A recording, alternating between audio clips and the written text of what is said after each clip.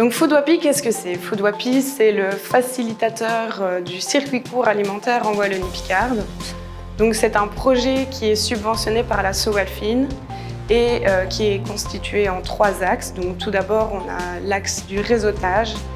Donc autour de ce circuit court en Wallonie-Picarde, il y a plusieurs partenaires, il y a des partenariats en tout cas qui se sont créés, que ce soit avec les différentes ADL ou encore avec les parcs, les 2 parcs naturels, et le CARA. Donc Foodwapi s'est structuré autour d'Entreprendre Wapi avec tous ses partenaires.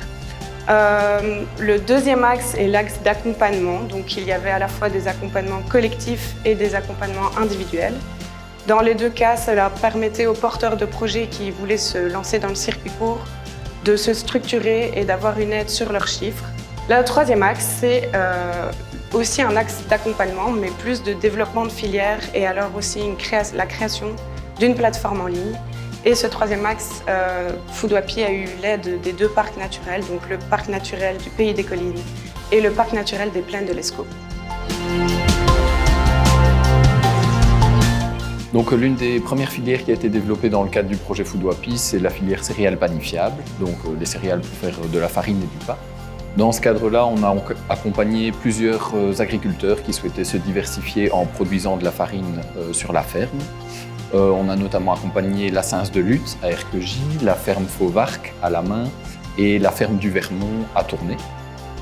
Maintenant, ces agriculteurs produisent de la farine et la commercialisent en circuit court. Donc une deuxième filière qui a été développée dans le cadre du projet Foodwapi, c'est la filière viande bovine. Donc dans ce cadre-là, on a réuni un groupe de travail composé de 8 éleveurs du territoire qui souhaitaient mieux valoriser leur viande bovine. Suite à ce groupe de travail, on s'est rendu compte que l'élément manquant dans la filière, c'était une salle de découpe.